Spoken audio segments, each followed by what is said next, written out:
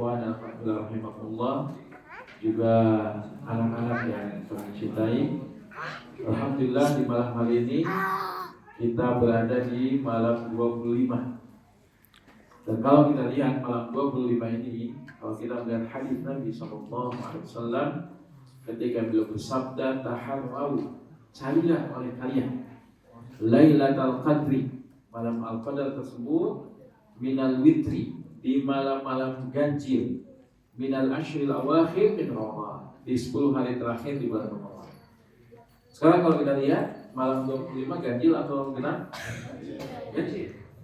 Dan potensi malam ini menjadi malam Al-Qadar begitu besar. Bahkan kalau kita lihat hadis yang lainnya, salah satu di antara tanda-tanda malam Al-Qadar adalah ketika Nabi SAW bersabda, itu saya diperlihatkan oleh Allah Subhanahu wa Ta'ala malam Al-Qadar. Tetapi kemudian setelah itu Nabi dilupakan, dibuat lupa kapan malam Al-Qadar tersebut. Tapi Nabi SAW menyebutkan di malam tersebut maka Nabi bersujud di antara tanah dan air. Dan para ulama mengatakan di antara tanah dan air yang dimaksudkan adalah tanah yang basah. Dan tanah basah disebabkan apa? Turunlah hujan. Dan hari ini di malam 25 turun hujan. Maka kita sangat berharap malam Al-Qadar itu mudah-mudahan bisa terjadi di malam ini. Oleh karena itu bersungguh-sungguhlah dalam beribadah kepada Allah Subhanahu wa Ta'ala di malam-malam Al-Qadar tersebut yang sedang kita cari. Dan kita harapkan semoga iktikaf kita di hari ini, di malam hari ini, dijadikan oleh Allah Subhanahu wa Ta'ala iktikaf yang bisa meraih kemuliaan malam Al-Qadar. Hari ini insyaallah kita akan membahas tentang mengobati kelalaian.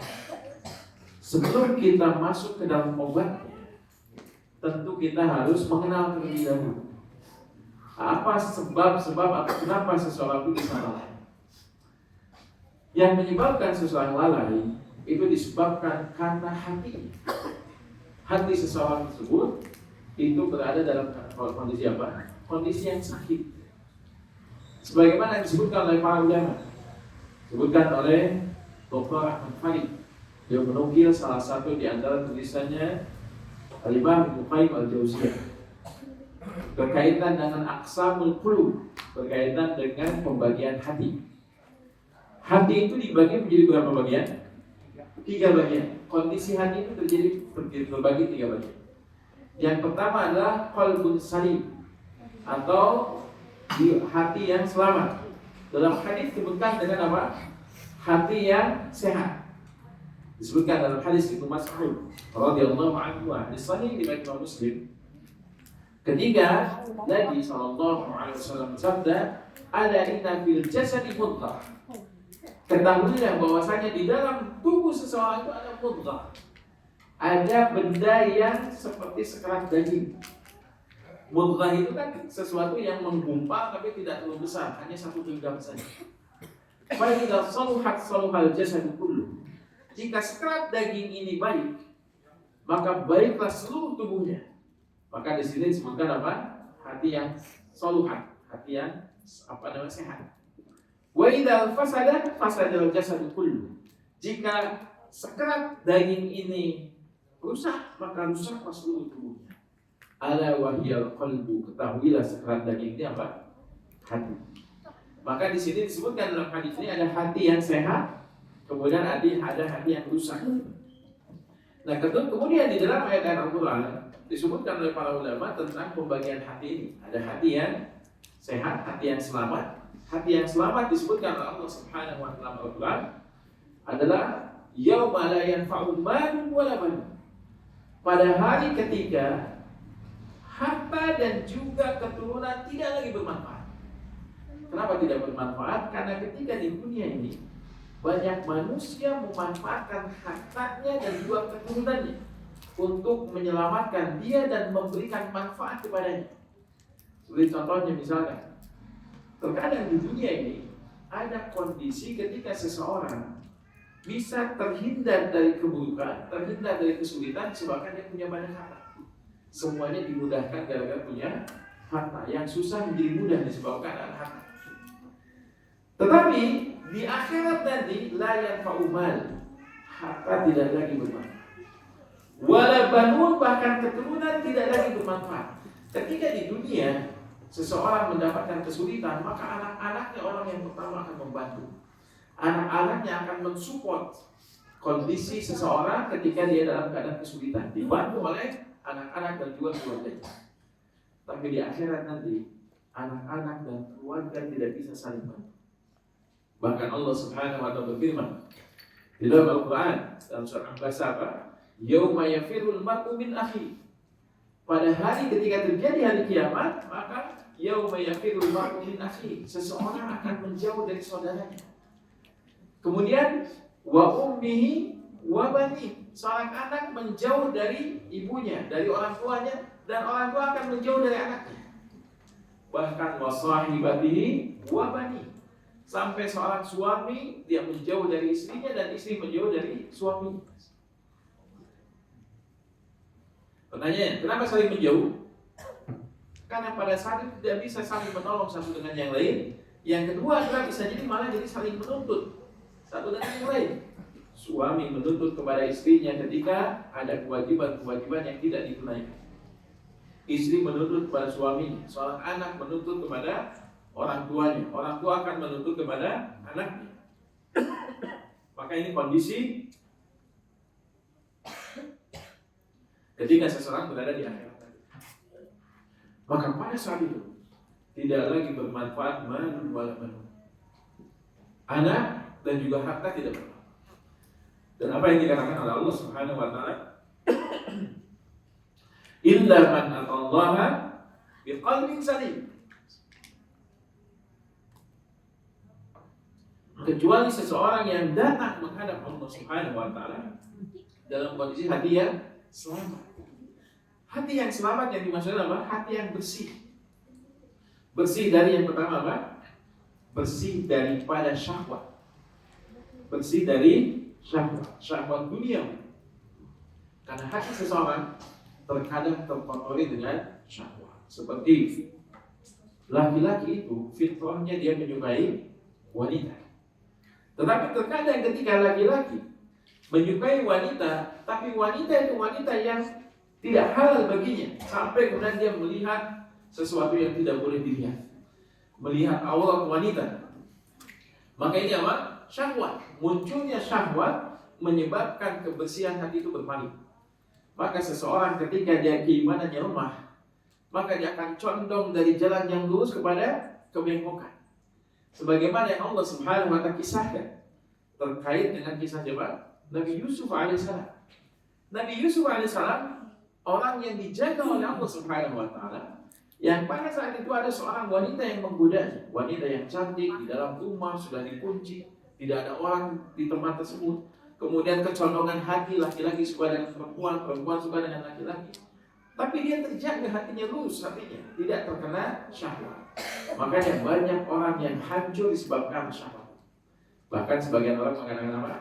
Yang bisa merusak itu apa? Harta, tahta, wanita. Dan semuanya syahwat itu. Berkaitan dengan harta, syahwat. Yang terkadang banyak orang melalaikan sholat disebabkan karena dia sibuk mencari harta. Para pedagang ketika datang waktu sholat, mereka tinggalkan sholat kenapa? Sedang ramai jual beli. Terkadang seseorang bekerja, dia mengerjakan satu pekerjaan, datang waktu sholat, kemudian dia lalaikan sholatnya karena kagok sedang bekerja. Dia lalaikan sholatnya, kenapa? Karena syahwat. Makanya harta itu bagian dari syahwat. Kemudian tahta disebabkan karena jabatannya. Terkadang seseorang jauh dari jalan Allah Subhanahu wa ta'ala. Dan juga wanita. Maka hati yang selamat adalah hati yang bisa terbebas dari syahwat. Ini yang pertama. Yang kedua, hati yang selamat ini adalah hati yang terbebas dari syubhat. Terbebas dari syubhat. Apa itu syubhat? Sesuatu yang dipahami dengan pemahaman yang salah yang menyebabkan dia condong kepada keburukan. Ini namanya apa? Syubhat. Oleh karena itu hati yang selamat itu hati yang terbebas dari syahwat, yang kedua terbebas dari syubhat. Ini terkait hati yang selamat. Nah, hati yang selamat ini maka disifati oleh Imam Ibnu Qayyim al-Jauziyah, disebutkan oleh Dr. Ahmad Farid dalam kitab yang beliau tuliskan, yaitu apa? Tazkiyatun Nufus. Salah satu kitab yang disusun oleh beliau, kitab yang sangat bagus. Beliau mengatakan orang yang memiliki hati selamat, ketika dia mencintai, maka dia akan mencintai karena Allah. Ketika dia membenci, maka dia membenci karena Allah. Ketika dia memberi, maka dia akan memberi karena Allah. Dan ketika dia tidak memberi, menahan, maka dia menahan karena Allah Subhanahu wa Ta'ala. Ketika dia marah, maka dia marah karena Allah Subhanahu wa Ta'ala. Maka semua hal yang dia lakukan, maka sandarannya kepada Allah Subhanahu wa Ta'ala. Contoh, ketika seseorang mencinta, tidaklah dia mencinta kecuali karena Allah Subhanahu wa Ta'ala. Yang terkadang kecintaan kepada orang yang kadang dia tidak kenal. Seperti kecintaan seorang muslim kepada muslim yang lainnya. Ketika ada muslim di Palestina misalnya, dibantai oleh orang Yahudi, padahal kita nggak kenal dengan orang Palestina, siapa namanya, kenalan pun tidak pernah, ngobrol pun belum pernah, jumpa saya tidak pernah. Tapi ketika mereka disakiti, kita merasa sakit hati dengan itu. Itu namanya apa? Mencintai karena Allah Subhanahu wa Ta'ala. Maka ini mencintai. Yang kedua adalah ketika membenci, dia membenci karena Allah. Ketika kita membenci, terkadang kita sebenarnya secara manusiawi tidak ada urusannya dengan orang tersebut. Secara personal kita tidak ada urusannya dengan orang tersebut. Tetapi secara agama kita punya hubungan dengan orang tersebut dan kita harus membencinya. Seperti ketika kita membenci orang-orang Yahudi. Orang-orang Yahudi yang membantai orang-orang Palestina. Kita tidak kenal dengan mereka. Yang dibantai bukan saudara kita, bukan keluarga kita. Tetapi kita benci dengan mereka disebabkan apa? Mereka menyakiti saudara kita sama kaum muslimin. Makanya membenci karena Allah Subhanahu wa Ta'ala. Kita membenci orang-orang yang Allah benci. Fir'aun, ada yang pernah ketemu dengan Fir'aun? Tidak pernah. Tapi kita membenci Fir'aun dan juga sifat-sifat Fir'aun tersebut. Dan kita meyakini Fir'aun adalah orang yang paling durhaka. Ketika dia mengatakan apa? Wa ana rabbukumul a'la. Aku adalah Rabb, Tuhan yang Maha Tinggi. Mengaku Tuhan. Maka kita mencinta karena Allah, kita membenci karena Allah. Kita memberi karena Allah Subhanahu wa Ta'ala.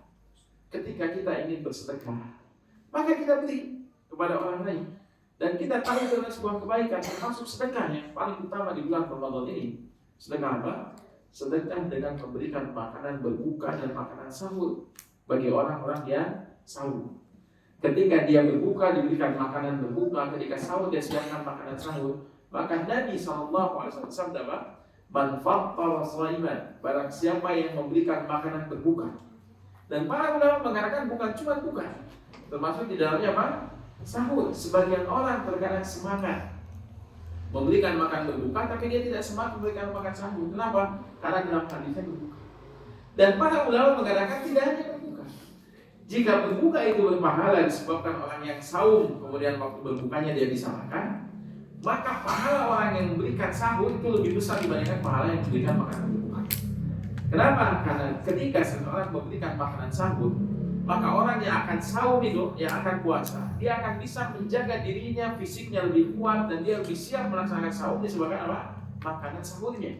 Jadi ketika memberikan makan sahur itu pahalanya bisa jadi sama atau bisa jadi lebih besar dibandingkan pahala berbuka.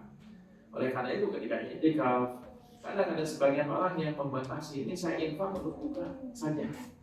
Boleh nggak pakai sahur? Nggak boleh, buka aja. Kekeliruan. Justru kita siapkan itu makanan sahur dan juga makanan berbuka. Maka ini yang terbaik, apalagi ketika ada i'tikaf, maka dipersiapkan makanan sahur, ada muhsinin, orang-orang yang menginfakkan hartanya untuk sahur dan juga berbuka, ini yang terbaik. Maka ketika dia memberi karena Allah.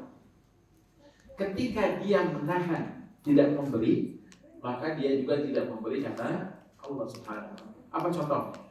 Apa contoh ketika dia tidak memberi karena Allah Subhanahu wa Ta'ala? Ketika dia tahu bahwasanya ketika memberi sesuatu ini bisa menyebabkan kemadharatan atau dilarang dalam syariat. Contoh misalnya, kita tahu di aturannya sebenarnya sudah ada di kita di Jawa Barat, di Bandung terutama. Pemerintah pernah mengeluarkan aturan larangan memberikan uang kepada orang yang meminta-minta di lampu merah. Pernah dengar aturan ini? Ada aturan. Nah, ketika itu kita ingin memberi ketika melihat nih kasihan nih orang di lampu merah ini, kelihatan kadang anak kecil anak kecil di lampu merah, dalam keadaan terik matahari, apalagi bulan Ramadan, asa karunia. Keinginan kita apa? Memberi. Tapi kalau kita memberi, apa yang terjadi? Jemaah sekalian. Pertama, kita melanggar aturan pemerintah. Pemerintah menyebutkan tidak boleh memberi. Dan kenapa tidak boleh memberi? Saya dulu ketika di tahun sekitar 2008-2009, saya dulu pernah bersama teman-teman ikut untuk jadi relawan untuk menangani anak-anak jalanan. Kita punya beberapa titik dan disiapkan di situ ada rumah singgah agar anak-anak kecil yang di jalanan itu belajar baca tulis. Kemudian setelah itu yang mau disekolahkan kita sekolahkan. Kalau yang masih tidak mau sekolah formal disekolahkan di paket A, paket B atau paket C. Yang penting dia mau belajar. Itu ada rumah singgah itu di daerah Ciamplas, kemudian ada di Ciroyom, ada di dalam pasar Ciroyomnya. Di Ciroyom ada 2 titik, kemudian di Cimindi ada, kemudian di Cimahi ada beberapa titik yang kita tangani di situ. Dan saya mengisi pengajian kepada anak-anak yang jalanan tersebut. Nah, ketika mereka terbiasa hidup di jalanan, saya pernah memberikan materi dan saya sangat kaget saat itu ketika menyebutkan tentang pentingnya pendidikan. Kalau kamu sekolah, kemudian dapat ijazah, setelah dapat ijazah kemudian bekerja, kemudian dapat gaji dari pekerjaan. Coba kalian kalau ngamen berapa hasilnya? Saya tanya begitu. Dan fantastis sih maksudnya. Ketika disebutkan berapa paling sepi 200.000 Pak. Saya mikir sehari itu gaji 200.000. Dan saat itu ya tahun sekitar 2008-2009 itu bayangkan kalau sehari dia dapat 200.000, berarti dalam 1 bulan dia dapat berapa? 6 juta. Paling sepi itu. Jadi mereka berpikir jangan sekolah ngamen aja sudah cukup. Kenapa? Karena banyak orang berpikir kalau memberi itu mengasihani mereka, padahal ketika kita memberi membuat mereka semakin lama di jalanan.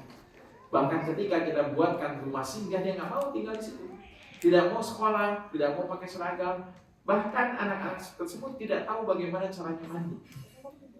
Bahkan mereka itu biasanya apa? Kalau bajunya sudah kotor, maka dia akan beli baju second. Kan sudah ada ya baju-baju belakang bekas. Dia beli baju bekas yang dia pakai kemudian dia buang, pakai yang bekas. Setelah kotor lagi dia nggak mau cuci, dibuang lagi, beli lagi yang bekas. Itulah seterusnya. Dan mereka mendapatkan uang yang tidak sedikit. Dan akhirnya uang diberikan apa? Sebagian mereka berikan orang yang aibon, di store yang aibon. Akhirnya begitu kehidupan. Makanya apa? Kalau kita memberi, yang muncul apa? Madarat. Semakin lama mereka betah hidup di jalanan karena menghasilkan lebih besar dibandingkan ketika dia bekerja. Dia berpikir ngapain sekolah nggak dapat apapun. Kalau di jalan saya bisa dapat uang banyak. Dan begitulah apa? Aturan itu dibuat untuk kemaslahatan. Makanya ketika kita ingin memberi, maka lihat manfaat dan madaratnya. Jangan sampai ketika kita memberi justru mendapatkan madarat dan menjadikan orang yang kita beri menjadi orang yang merasa lebih betah lagi lama di jalan. Nah, ini hati yang bersih. Yang kedua adalah qalbun mayyit, hati yang mati. Hati yang mati adalah hati yang la ya'rifu rabbah. Hati yang dia tidak kenal dengan Allah Subhanahu wa taala.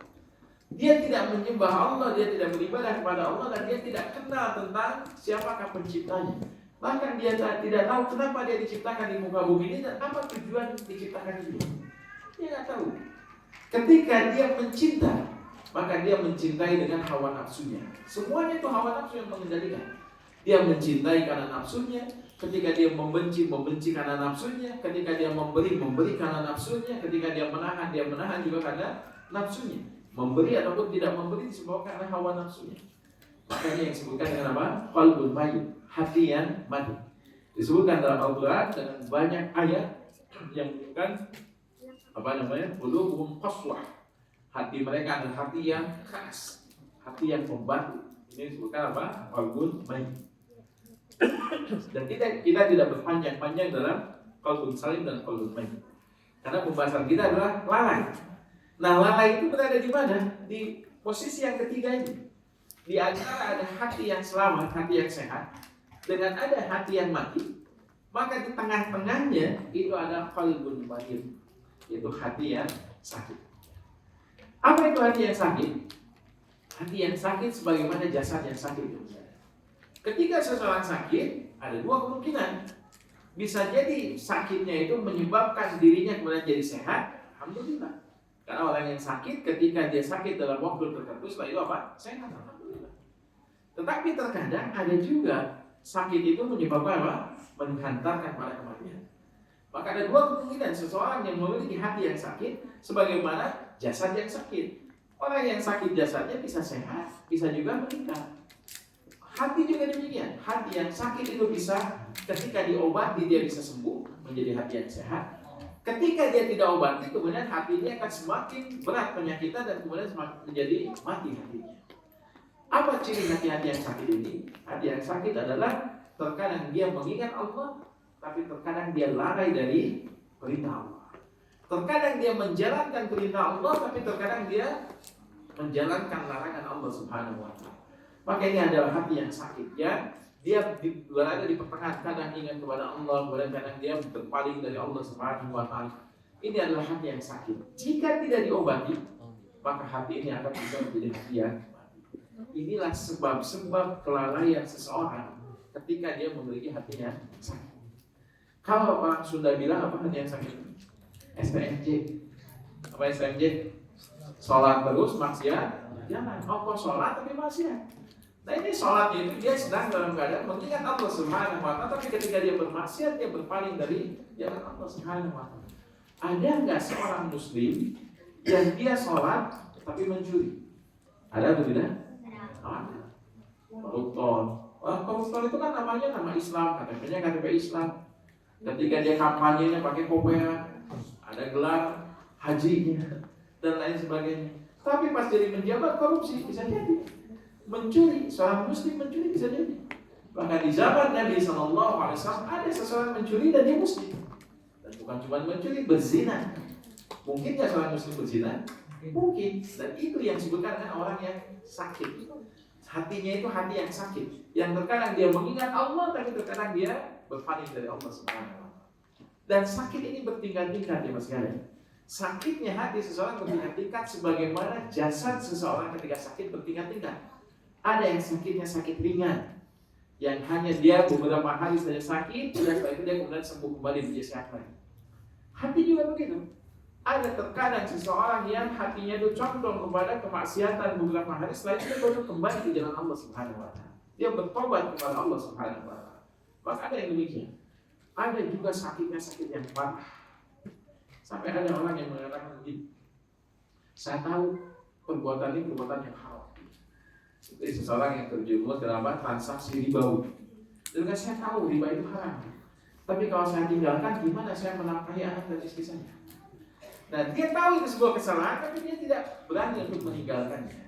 Nah, banyak contoh-contoh yang berkaitan dengan ini apa? Hati yang sakit. Nah, inilah hati yang lalai itu adalah hati yang demikian. Nah, sekarang kita akan masuk ke dalam pembahasan bagaimana cara untuk mengobati kelalaian hati kita. Bagaimana caranya supaya hati kita tidak lalai? Yang pertama, sekalian, agar hati kita terbebas dari kelalaian. Yang pertama adalah kita harus menjaga hati kita untuk selalu ikhlas kepada Allah Subhanahu wa Ta'ala dalam menjalankan ketaatan kepada Allah. Jaga keikhlasannya, dan ikhlas itu tidak akan mungkin terjadi kecuali orang yang bertauhid kepada Allah Subhanahu wa Ta'ala. Maka ikhlaskan hati kita dengan menguatkan tauhid. Sebagaimana yang Allah firmankan dalam surat Al-Baqarah. Surat Al-Baqarah Allah Subhanahu wa Ta'ala berfirman, "Wa ma umiru illa liya'budullaha mukhlishina lahu-d-din." Tidaklah mereka diperintahkan kecuali untuk menyembah Allah Subhanahu wa Ta'ala mukhlishina lahu-d-din, agar mereka bisa menjalankan ibadah dengan ikhlas. Maka seseorang ketika ingin terobati dari penyakit kelalaian ini, yang pertama dia harus terus menjaga keikhlasan. Karena kalau ikhlas ini bergoyah, maka hatinya akan terkena penyakit. Penyakit yang menimpa seseorang yang tidak ikhlas itu apa? Paling ringan itu. Ikhlas itu yang bergesernya karena apa? Ria. Apa itu ria? Ria itu adalah seseorang yang dia ingin kebaikannya dilihat orang. Dan ciri-ciri orang yang ria apa? Dia semangat beribadah ketika ada orang yang lihat. Kalau dilihat orang dia semangat ibadah, sholat sunnahnya dia kerjakan, baca Qur'annya dia kerjakan, kenapa? Karena dilihat orang. Tapi ketika dia bersendirian, tidak ada orang yang lihat, maka dia malas, tidak mau mengerjakan kebaikan tersebut. Nah, ini namanya apa? Riya, ingin dilihat oleh orang. Ciri yang kedua apa? Senang ketika orang memuji. Kalau tadi yang pertama apa? Senang ketika orang melihat. Yang kedua adalah senang ketika orang memuji. Kalau ada seseorang berbuat baik, kita berbuat baik, pernah dipuji orang, hati itu melayang-layang. Dan seakan-akan kita menjadi orang yang paling baik dan paling saleh. Ketika kita berinfak misalnya, kemudian ada orang yang berkata, Masya Allah ya, Alhamdulillah Bapak infak. Ternyata Bapak orang yang baik dan manfaatnya terasa oleh orang lain dengan infak. Wow, kita merasa hati itu berbunga-bunga ketika ada yang memujinya. Ketika kita datang ke masjid, rajin menjaga sholat di masjid, orang bilang si Bapak itu rajin ke masjidnya, bagus, soleh si Bapak itu. Kedengar oleh kita merasa senang dengan itu, hati-hati. Maka seseorang ketika dia berbuat baik dan merasa senang ketika orang memujinya, maka hati-hati. Maka ini ciri-ciri orang yang riya. Yang ketiga, ciri orang yang riya adalah dia bersedih ketika dia berbuat kebaikan dan tidak ada orang yang melihat atau memperhatikan. Dia sudah berusaha berbuat baik dan tidak ada orang yang melihatnya, maka dia merasa sedih dengan itu. Dia merasa sia-sia, saya berbuat baik tapi nggak ada yang lihat. Saya berbuat baik kok nggak ada yang memperhatikan saya. Hati-hati, kalau dia berbuat baik dan dia merasa sedih ketika tidak ada orang yang melihatnya, maka ini adalah ciri kalau hatinya tergeser dari ikhlas pada dia. Yang keempat cirinya, orang yang riya tersebut apa? Merasa sedih ketika perbuatan baiknya itu tidak ada yang memuji. Dia sudah berbuat baik, berarti tidak dipuji. Dia sudah berinfak dan infak yang paling banyak. Ketika di masjid ini ada peluang untuk bersedekah, dia bersedekah dengan jumlah yang besar. Kemudian ketika ada pengumuman berkaitan dengan penerimaan sedekah dari bulan, kemudian namanya tidak tersebut, maka dia sedih dengan itu. Kenapa saya sedekah paling banyak kok nggak disebut-sebut? Padahal jasa saya besar. Apalagi terkait dengan apa? Aktivitas yang ada di masjid misalnya, dia berjasa dalam membangun masjid. Ketika namanya tidak disebut-sebut berkaitan dengan kalau tidak ada sebab lagi masjid ini nggak akan jadi. Dia kalau inginnya begitu, tapi ternyata orang-orang tidak menyebut-nyebut namanya masjid. Padahal masjid ini kalau nggak saya bangun nggak akan jadi masjid. Maka hati-hati dengan tersebut. Maka ini 4 ciri orang yang bergeser dari keikhlasan kepada dia adalah ketika sangat bersemangat ketika dilihat orang dalam beribadah, dan dia bersedih ketika orang lain tidak melihatnya. Kemudian dia merasa senang ketika dipuji oleh orang, dan dia merasa bersedih ketika tidak ada orang yang memujinya. Makanya berhati-hati dengan keikhlasan yang bergeser tersebut. Makanya hati yang lalai itu bisa terobati dengan apa? Dengan ikhlas. Kenapa ikhlas? Orang yang ikhlas kepada diri sekalian, dia tidak peduli dan tidak berpengaruh. Dilihat orang kualitas seperti itu, tidak dilihat orang kualitasnya begitu. Ketika dipuji orang, dia tetap berbuat yang terbaik. Ketika tidak dipuji orang, dia tetap berbuat tidak berpengaruh. Pujian dan hinaan, cercaan dan juga celaan tidak berpengaruh kepada kebaikan. Dia terus beramal soleh, dia terus berbuat baik walaupun orang tidak memujinya ataupun bahkan orang mencelanya. Bagaimana contoh mencelanya? Terkadang ada sindiran-sindiran, apalagi anak-anak muda. Anak-anak muda yang terkadang dia sering di masjid, iktikaf di masjid, ngaji di masjid. Kemudian muncullah istilah-istilah, ada psikolog di masjid. Yang lain mah ulin kamana, saya mah di masjid, sampai ada istilah apa? Primus. Pria musola ya. Anak ulin. Ketinggalan zaman, yang lain sudah main kemana-mana di masjid terus. Seakan-akan ke masjid itu membuat image yang tidak gaul dan lain sebagainya. Maka perhatian. Karena ini adalah apa? Orang-orang ingin menggeser orang-orang yang sudah mulai dekat dengan masjid supaya tidak terlalu sering di masjid. Maka ikhlas ini betul-betul perlu dijaga agar kita bisa terhindar dari kelalaian. Yang kedua, supaya kita terhindar dari kelalaian, bisa mengobati kelalaian kita. Yang kedua apa? Memperbanyak amal soleh. Kata seseorang yang lalai itu bisa diobati dengan memaksakan diri. Di awalnya dipaksakan diri. Seperti iktikaf zaman sekalian. Di awal-awal iktikaf mungkin seseorang harus dipaksa dulu. anak diajak oleh orang yang lain kalau tidak ikut etikap ada sisi-sisi yang terkadang memang harus dipersiapkan dengan sebaik-baiknya. Awalnya ini terpaksa. Seperti sholat, anak-anak kecil terkadang dipersiapkan untuk sholat, padahal ketika dia tidak mau orang tuanya maksa untuk sholat, untuk mau diberi jajan. Dan boleh seperti itu jangan. Boleh seseorang memotivasi anak-anaknya beramal soleh dengan motivasi, dengan reward dan punishment kepada anak-anak. Kalau dewasa boleh nggak? Pada orang dewasa boleh atau tidak? Boleh, dengan cara yang tepat. Jadi contohnya begini, di salah satu masjid yang saya punya kajian rutin di sana di Alam Asri, Parakan Muncang, itu PDKI membuat program. Programnya apa? Program setahun. Ketika ada orang yang tidak pernah absen sholat berjamaah. Yang kedua, dia menghafal minimal juz 30. Dan ada beberapa kriteria yang lain. Nanti di akhir tahun akan dipilih jamaah yang terbaik dan akan diberikan hadiah umroh gratis. Di DKI membuat program tersebut. Jadi di sana ada beberapa kajian yang kriteria orang yang akan mendapatkan nominasi dapat umroh gratis itu dia harus yang paling pokoknya itu sholat berjamaah.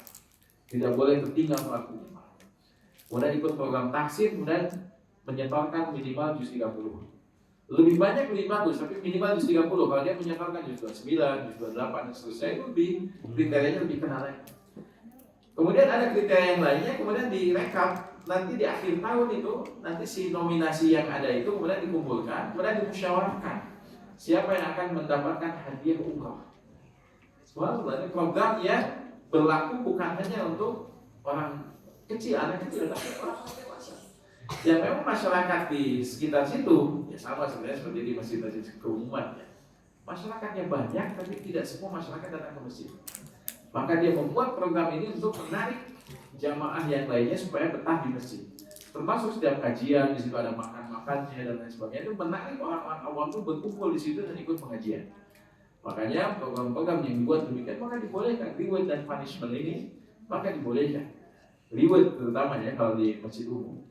Nah di beberapa perusahaan ada juga yang misalnya, saya pernah suatu ketika di salah satu instansi pemerintah yang di situ ada kriteria-kriteria tertentu, ada poin-poin tertentu yang akan menjadi rekomendasi untuk jabatannya naik, kemudian ada tunjangan bonus dan lain sebagainya. Itu disebabkan karena di tempat kerja tersebut ada kajian duhur, ada kajian ketika duhur, kajian duha, yang si pekerjanya itu dianjurkan tapi nggak wajib, kalau ngaji nggak apa-apa. Tapi yang hadir ini dia akan dicatat sebagai orang-orang yang memiliki poin lebih ketika untuk dapat bonus tahunan dan sebagainya, itu masuk kriteria. Dan ketika dia tidak mengikutinya nggak masalah, tapi dia tidak punya kesempatan dapat bonus tahunan. Ya kan ada reward dan punishment itu bisa di perusahaan tersebut bisa seperti itu. Makanya dengan yang kedua selain menjaga keikhlasan, yang kedua apa? Memperbanyak ibadah. Kalaupun habis dan lelah, jangan tinggalkan ibadah. Sampai para ulama mengatakan kalau Anda bermaksiat, ini nasihat kepada orang-orang yang masih bermaksiat. Ada orang yang masih minum minuman keras, kemudian dia masih senang untuk berjudi, masih mungkin bisa jadi berzina, mungkin dia melakukan kemaksiatan apapun. Dinasihati oleh para ulama ketika Anda belum meninggalkan maksiat tidak masalah. Berminta kepada Allah untuk dimudahkan meninggalkan maksiat, tapi jangan pernah tinggalkan sholat.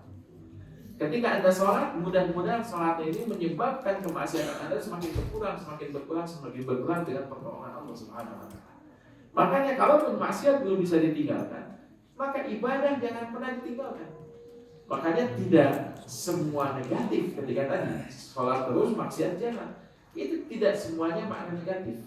Bagi orang-orang yang sebelumnya dia tidak beribadah, kemudian ketika beribadah dia berpikir saya akan masih maksiat, terus ngapain saya sholat? Maka kita motivasi, silakan Anda sholat. Kalaupun masih maksiat Anda masih lakukan, tidak masalah. Dan dengan sholat ini mudah-mudahan maksiat yang Anda lakukan benar-benar hapuskan. Itu bagus kalau begitu. Tapi tidak bagus kalau ada orang yang sudah beribadah yang sebelumnya tidak maksiat, kemudian dia malah tertimbun ke dalam maksiat. Nah, kalau ini berarti keburukan. Nah, oleh karena itu, jemaah sekalian, kalau ada orang, makanya hati-hati. Kalau ada orang yang di tempat kita nggak pernah datang ke masjid, diajak susah, dimotivasi susah, suatu ketika tiba-tiba datang ke masjid, maka jangan pernah kita melarang ataupun membuat kata-kata yang buat mereka malu datang ke masjid. Jangan sampai ketika datang, gitu aku tiba-tiba diajak dari karek air datang ke masjid. Jangan begitu, malu dia kalau digitukan. Maka ketika ada orang lain yang belum pernah datang ke masjid, tiba-tiba dia datang ke masjid, maka disambut dengan kebaikan, dengan keramahan dan sebagainya. Jangan sampai kita mengungkit ketika dia belum ke masjid dulu. Buat mereka nyaman di masjid tersebut supaya dia menjadi orang yang betul-betul betah untuk beribadah kepada Allah Subhanahu wa taala. Maka untuk mengobati kelalaian kita itu dengan menjaga keikhlasan. Kemudian yang kedua adalah dengan beramal dengan amal saleh. Yang ketiga jangan sekali untuk bisa mengobati kelalaian kita adalah bergaulah dengan orang-orang yang saleh. Karena lalainya kita terkadang disebabkan karena kita salah dalam bergaul. Dan kita akan tahu lingkungan kita merupakan lingkungan yang baik ketika pertama cirinya lingkungan yang baik itu cirinya yang pertama adalah kita malu ketika kita tidak melakukan ketaatan atau ketika kita melakukan kemaksiatan kita malu ketika berada dengan teman-teman kita. Misalkan kalau kita sedang berkumpul dengan teman-teman kita kemudian kita mengucapkan kata-kata yang kasar, kata-kata yang jorok, maka kalau kita mau berusaha berdiri kita merasa malu dengan hal tersebut.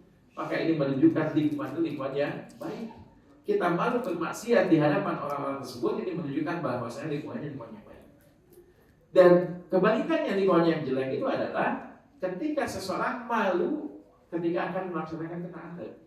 Kalau kita sedang berkumpul dengan teman-teman kita, datang waktu sholat, ketika kita mau pergi minta izin untuk sholat dulu karena kita merasa malu. Yang lain enggak, kok masa saya pergi. Ini berarti menunjukkan apa? Lingkungannya yang tidak bagus. Makanya lingkungan yang baik itu adalah lingkungan yang kalau kita bermaksiat malu di hadapan mereka, dan lingkungan yang jelek adalah ketika kita akan berbuat kebaikan malu di hadapan mereka. Ini berarti lingkungannya. Maka bersamalah dengan orang-orang yang saleh. Sebagaimana yang disabdakan oleh Nabi SAW, al-mar'u ala dini khalilihi. Seseorang itu akan bergantung kepada agama temannya. Falyanzur man yukhalil. Maka lihatlah dengan siapa dia berteman. Makanya zaman sekalian kalau kita lihat hati seseorang itu punya kecondongan dan senang ketika berkumpul dengan orang-orang yang memiliki kesamaan. Orang yang suka main bola, maka dia senang berkumpul dengan orang-orang yang suka main bola. Lalu dia obrolkan bola di Persib Omo, Persib lain deh. Kita nonton bareng, bayangkan orang yang suka bola, orang yang menyukai bola, dia nonton bareng dengan temannya, sama-sama nonton dan dia komen ketika mau nonton. Pas sudah beres nonton apa yang terjadi? Dia obrol gini itu tadi dibahas bareng nonton nanti. Gurunya sih nanti kan tadi kita satuan dibahas deh. Kenapa? Karena ada kesukaan. Orang yang menyukai sesuatu, dia akan senang untuk mengucap-ucap, mengulang lagi, dan rasanya nggak bosan. Nyatanya sih ada alisnya. Dibahas hal-hal yang padahal kejadiannya dia sama-sama melihat, sama-sama menyaksikan, sama-sama komen juga di situ. Gak beres, dibahas deh. Belum lagi di WhatsApp, dibahas deh di WhatsAppnya. Besoknya ketemu, dibahas lagi. Karena kecenderungan hati seseorang senang ketika membicarakan sesuatu yang punya kesamaan yang sama. Makanya kalau kita bergaul dengan orang-orang yang soleh dan sekalian, maka kita berusaha mudah-mudahan akan bisa kesolehan oleh orang tersebut. Paling tidak kalau kita kenal dengan orang yang soleh, kalau seandainya Allah menakdirkan kita masuk dalam neraka, kita tidak ingin seperti itu. Tapi kalau seandainya kita kemudian masuk dalam neraka dan kita bergaul dengan orang yang soleh dan orang soleh masuk surga, maka ketika Allah memberikan kesempatan untuk memberikan syafaat, tentu mereka akan memberikan syafaat kepada mereka yang kenal apa yang dikenal oleh mereka. Nah, kalau kita kenal dekat dengan mereka, maka kita berharap mudah-mudahan kita juga bisa mendapatkan syafaat darinya. Walaupun kita belum sesoleh mereka, dan itulah yang disebut oleh para ulama kita. Para ulama mengatakan saya bersenang untuk bergaul dengan orang-orang yang soleh, bukan karena saya soleh, tapi saya ingin mendapatkan manfaat dari orang soleh tersebut berupa apa? Kita malu untuk bermaksiat kepada Allah, dan paling tidak ketika kita wafat dan tidak masuk surga, maka kita berharap orang soleh itu bisa memberikan syafaat kepada kita. Maka bergaulah dengan orang soleh. Kemudian yang ketiga, jawab sekalian, ketika seseorang ingin mengobati kelalaian, Selain menjaga keikhlasan, kemudian selain menjaga ibadah, kemudian juga bergaul dengan orang-orang yang saleh. Kemudian yang keempat sekali adalah seseorang yang berusaha untuk memberikan nasihat. Walaupun dia maksiat, berikan nasihat. Tidak sedikit orang tua yang di masa lalunya dia masa lalu yang kelam. Dia tidak banyak belajar agama, dia tidak bisa membaca Al-Quran dengan baik, tapi dia selalu menasihati pada orang tuanya, nak ke masjid, ngaji, tong siga bapak, tong siga ibu, sok ngaji, sing pintar, sing jadi orang soleh. Udah dia sekolahkan anaknya sekolah-sekolah Islam yang bagus, supaya anaknya menjadi anak yang soleh. Dia terus menasihati orang lain. Kenapa? Karena orang kalau dia menasihati orang lain untuk berbuat kebaikan, dia akan termotivasi untuk berbuat kebaikan yang sama. Makanya walaupun kita belum sempurna, nasihatnya kita berikan kepada orang-orang di sekitar kita, apalagi kalau kita seorang suami kepada istri kita, kepada anak-anak kita, kepada adik-adik kita, maka nasihat itu terus diberikan. Walaupun kita belum sempurna kebaikan kita, atau bahkan kita belum melakukan kebaikan tersebut. Boleh tidak seseorang menasihati kebaikan yang dia belum mengamalkan kebaikan tersebut? Boleh atau tidak? Boleh. Seperti orang memberikan nasihat tentang keutamaan sedekah. Dia menyebutkan sedekah itu akan mendapatkan pahala demikian. Keutamaan demikian. Padahal dia belum mampu sedekah. Maka dia tetap memberikan kepada orang lain untuk melakukan kebaikan tersebut. Menjaga sholat. Walaupun terkadang dia masih belum terjaga sholatnya, masih lalai sholatnya dari waktunya, diundur-undur dan sebagainya. Tapi dia berikan nasihat kepada orang lain, tujuannya apa? Ketika dia memberikan nasihat, maka dia akan termotivasi untuk melakukan nasihat tersebut. Makanya yang keempat adalah senantiasa memberikan nasihat. Yang kelima, jemaah sekalian, supaya kita bisa terhindar dari kelalaian, maka jaga penampilan kita dengan penampilan yang Islam. Penting atau tidak penampilan? Penting. Kenapa? Terkadang baju kita, pakaian kita bisa menghindari kita dari kebutuhan. Misalkan kalau kita pakai baju koko, pakai kopiah, kan kalau mau masuk ke tempat-tempat yang terlarang ini kan malu. Hanya pakai kopiah, diskotik, ada rasa kita nggak pas. Masa pakai kopiah, pakai baju koko masuk ke klub malam? Masa pakai kopiah, pakai baju koko kata-katanya kasar dan kotor? Karena baju ini menyebabkan kita itu merasa terhalang dari keburukan orang. Makanya sebetulnya ada sebagian orang itu sangat menganjurkan untuk tetap menggunakan pakaian Islam. Sampai salah satu ustadz yang saya kenal di Makassar, beliau selalu menggunakan kopiah. Kemanapun dia pergi pakai kopiah, pakai baju koko. Saya tanya, Ustaz, ini kan bukan waktu pengajian. Bahkan ketika mau olahraga, pakai baju koko kan. Terus ketika dia masuk ke lapangan, dia buka baju kokonya, pakai baju olahraga. Setelah beres, dia pakai lagi baju koko. Dia hanya menggunakan baju olahraga itu ketika dia olahraga saja. Setelah beres olahraga, dia pakai lagi baju kokonya, dia pakai kopiah lagi. Karena ketika ditanya, kenapa Anda seperti itu? Dia sebutkan apa? Supaya hati saya bisa terjaga. Malu lah, misalkan pakai baju koko, kemudian main bolanya pakai kata-kata kasar, pakai menghina orang, kan malu. Nah minimal saya jaga supaya seperti itu. Nah terkadang pakaian syar'i ini mencegah kita dari keburukan. Yang terkadang orang yang mau berbuat jahat juga, orang yang mau mengajak maksiat kepada kita juga malu. Masa sih mau nawarin minuman keras kepada orang yang mau kopiah? Dan dia pasti tahu gak akan pernah dibeli hal tersebut atau menawarkan sesuatu. Dulu saya pernah jauh sekali ketika awal-awal gaji dulu sekitar tahun masih sebelum nikah dulu. Saya pernah ada kejadian ketika ada salah satu kenalan saya yang dia WhatsApp ke saya kalau motornya mogok di daerah alun-alun. Sedangkan dia orang jauh, orang Majalaya. Dia tinggal di Majalaya, kemudian motornya mogok. Dia minta bantuan. Malam-malam itu sekitar jam 11 atau jam 12 malam.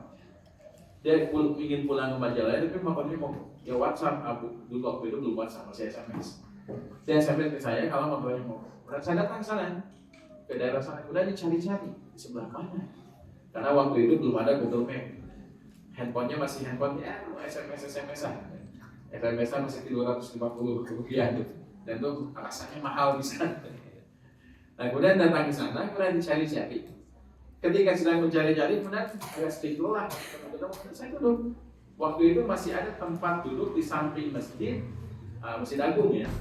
Yang di seberangnya itu kan ada, dulu itu ada apa? Semacam bioskop itu. Saya duduk di situ. Tiba-tiba ada ibu-ibu datang. Pada sebutkan pada tamu. Ini saya gaduhi ABG. Ya ABG. Pasarnya teh kumaha ibu. Ternyata dia menawarkan prostitusi. Waktu itu saya bilang, si ibu mah ya, wah saya nyari teman ini yang lagi mogok motornya. Tahu nggak? Lihat nggak ada motor yang mogok? Ya, dia bilang nggak. Sok aku minta rokok. Saya mau minta rokok. Dia meminta begitu, kenapa? Karena dulu saya ketika datang ke sini penampilan biasa saja. Mungkin ketika saya datang ke sini pakai kopiah, masa masih ditawaran nenek. Nah ini apa?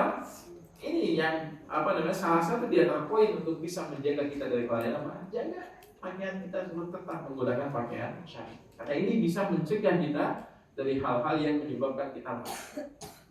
Dan yang terakhir, teman sekalian, selain menjaga keikhlasan, apalagi menjaga amal saleh, kemudian menjaga pergaulan untuk bergaul dengan orang-orang saleh, kemudian memberikan nasihat, walaupun kita tetap memberikan nasihat. Kemudian yang kelima menjaga penampilan kita dengan penampilan yang syar'i. Dan yang terakhir yang keenam berdoa kepada Allah Subhanahu wa Ta'ala. Karena lalainya hati kita itu tidak akan mungkin bisa terobati kecuali Allah yang memberikan obatnya. Maka yang kita sering juga berdoa kepada Allah dengan doa apa? Ya muqallibal qulub, tsabbit qalbi ala dinik. Wahai Zat yang membolak-balikkan hati, maka tetapkanlah hati ini untuk berada di atas agama. Maka kita terus berdoa kepada Allah untuk meminta hidayah, meminta istiqamah. Bahkan dalam salat kita, bukankah kita selalu meminta kepada Allah hidayah? Ketika kita dalam salat, bayangkan kita sedang beribadah kepada Allah. Dalam salat kita selalu mengucapkan apa? Ihdinas siratal mustaqim. Ya Allah, tunjukilah kepadaku jalan yang lurus. Ini doa. Ini doa. Dan kita juga meminta kepada Allah pertolongan untuk terus beribadah. Itu ketika kita mengatakan apa? Iyyaka na'budu wa iyyaka nasta'in. Kepadamu lah kami menyembah ya Allah, dan kepadamu lah kami meminta pertolongan. Dan kalau kita lihat jemaah sekalian, isti'anah, kalau kita belajar dalam pembahasan tauhid, isti'anah itu bagian dari ibadah. Jadi ibadah itu ada termasuk dalam isti'anah, meminta pertolongan, isti'adzah, meminta perlindungan, ada sesembelihan, termasuk ibadah dan lain sebagainya. Di dalam surat Al-Fatihah, Allah Subhanahu wa Ta'ala memerintahkan kita untuk membaca itu dalam setiap sholat. Itu menggandengkan antara ibadah dengan isti'anah. Iyyaka na'budu, kepadamu lah kami menyembah ya Allah, wa iyyaka nasta'in, dan kepadamu lah kami meminta pertolongan. Kenapa beribadah dan meminta pertolongan disandingkan dalam ayat ini? Disebutkan oleh Syekh Sa'di rahimahullah ta'ala, sebagian para ulama mengatakan Syekh As-Sirdi, Abdurrahman bin Nasir As-Sirdi. Beliau mengatakan di dalam ayat ini digabungkan antara ibadah dengan meminta pertolongan. Padahal meminta pertolongan bagian dari ibadah. Ini menunjukkan apa? Menunjukkan betapa lemahnya kita. Karena kalau bukan karena pertolongan Allah, misalnya kita tidak akan pernah bisa beribadah. Bisanya kita beribadah kepada Allah disebabkan apa? Allah memberikan pertolongan kepada kita. Hari ini kita bisa berada di masjid, i'tikaf, membaca Al-Quran, salat malam, dan ibadah segala macamnya tidak akan pernah terjadi kalau Allah tidak memberikan pertolongan ke dalam hati kita. Munculnya keinginan untuk beribadah. Munculnya keinginan beribadah, apakah bisa diusahakan? Saya ingin muncul dalam hati kita keinginan beribadah, tidak bisa. Allah yang membersihkan dalam hati kita tiba-tiba ingin untuk beribadah. Saya ingin beribadah. Saya ingin ke masjid. Saya ingin melaksanakan ibadah ini dan ibadah ini. Munculnya keinginan itu datangnya dari siapa? Allah Subhanahu wa Ta'ala. Allah Subhanahu wa Ta'ala wa ma tasyauna illa ayyasha Allahu rabbul alamin.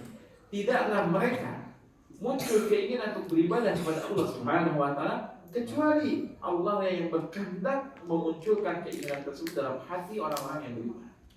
Makanya munculnya keinginan untuk beribadah kepada Allah, ini pertolongan Allah Subhanahu wa Ta'ala. Yang kedua, jemaah sekalian, kita beribadah kepada Allah selain munculnya keinginan apa? Diberikan kemampuan. Keinginan yang sudah ada, kemudian Allah berikan kemampuan sampai ada orang yang saya ingin i'tikaf. Kemudian setelah itu Allah berikan kemampuan untuk bisa datang ke masjid dan i'tikaf di masjid. Ada juga sebagian orang ingin i'tikaf tapi nggak bisa datang ke masjid. Kenapa? Keinginannya diberi tapi kemampuannya tidak. Dia ingin i'tikaf tapi nggak bisa. Kenapa? Karena ada satu dan lain sebab. Misalkan sakit. Saya ingin i'tikaf tapi nggak mungkin karena lagi sakit. Kalau dipaksakan datang ke masjid, khawatir penyakitnya semakin berat. Ingin i'tikaf tapi nggak bisa. Kenapa? Keinginan yang diberi, kemampuannya tidak. Tapi orang-orang yang beruntung kalian adalah orang yang munculnya keinginan disertai dengan diberikan kemampuan untuk ibadah tersebut. Makanya dalam surat Al-Fatihah digandengkan antara ibadah dengan isti'anah. Ini disebutkan oleh Syafi'i rahimahullah taala, disebutkan iyyaka na'budu wa iyyaka nasta'in. Salah satu hikmahnya apa? Ibadah yang kita lakukan bukan disebabkan karena hebatnya kita. Ibadah yang dilakukan bukan disebabkan karena baiknya kita, tapi ibadah yang kita lakukan adalah disebabkan karena kebaikan Allah yang telah menunjuki kepada kita untuk menginginkan ibadah tersebut. Yang kedua adalah ketika Allah memberikan kepada kita kemampuan untuk ibadah dan ibadah tersebut. Oleh karena itu maka disandarkanlah iyyaka na'budu wa iyyaka nasta'in.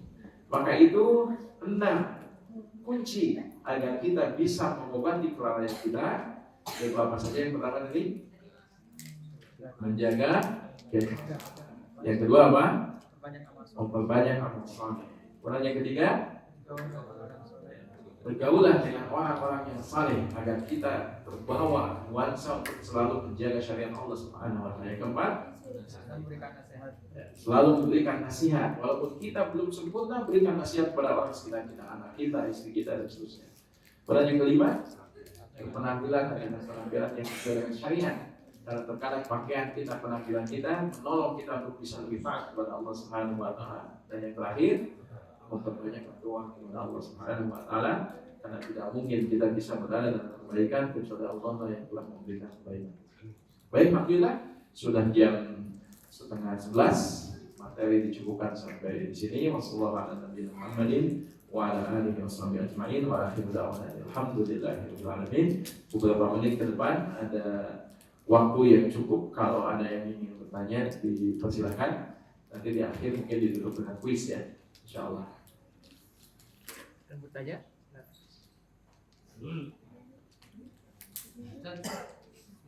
Ya, silakan. Terkait nomor yang keempat, memberikan nasihat. Kan ada beda-beda jenis ya. Memberikan nasihat itu kadang kita juga kayak misalkan kita tadi memberikan contoh bahwa misalkan memberikan memotivasi untuk bersedekah. Lalu bagaimana dengan fajir? Dia melarang nih, tapi melakukan juga, tapi nggak terang-terangan memang. Itu seperti apa? Ya. Bagaimana kondisinya terkait dengan tadi memberikan nasihat? Karena nasihat itu sebetulnya kita lihat ada dua secara umum, yaitu menasihati dengan apa? Watawasau bil haq, menasihati orang untuk melakukan kebaikan. Yang kedua adalah menasihati orang untuk tidak melakukan kemaksiatan. Dan sebenarnya nasihat itu masuk juga dalam pembahasan apa? Amar ma'ruf nahi munkar, mengajak kepada kebaikan, mencegah kepada kemungkaran. Bagaimana kondisinya?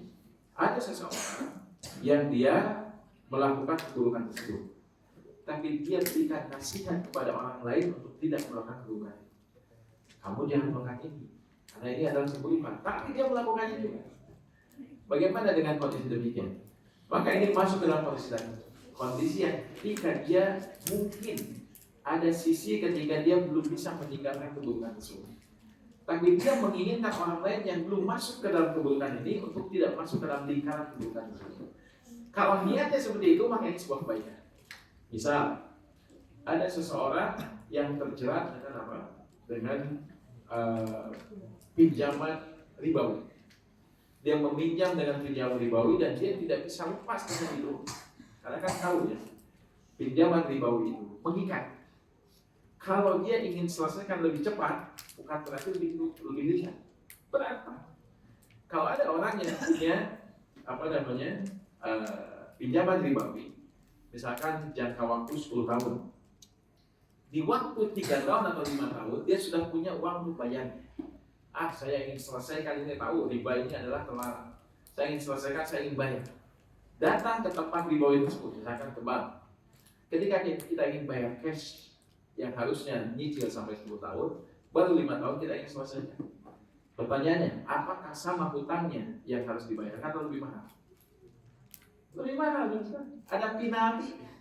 Istilah penalti, jadi hutang 10 tahun yang harusnya dicicil setiap bulan, kita dalam 5 tahun sudah punya uang untuk mencicil 5 tahun ke depan yang harusnya dicicil, kita mau bayar sekarang, ingin berhenti dari ribawi. Kita ingin bayar dan sudah siapkan. Cicilan setiap bulan selama 5 tahun kita sudah siapkan untuk dibayarkan cash. Apakah akan ada seperti itu? Tidak. Dia akan kena penalti sekian persen. Dia lebih tinggi lagi dibandingkan apa yang harus dibayar. Maka inilah jerat-jerat apa? Ribawi itu begitu. Dia tidak ingin lepas orang dari jeratan tersebut. Orang yang sudah lunas apa nama? Dan juga ditawarin lagi, Bapak sudah lunas, alhamdulillah, mau minjem lagi? Sikan bagus. Padahal dia sudah menjerati.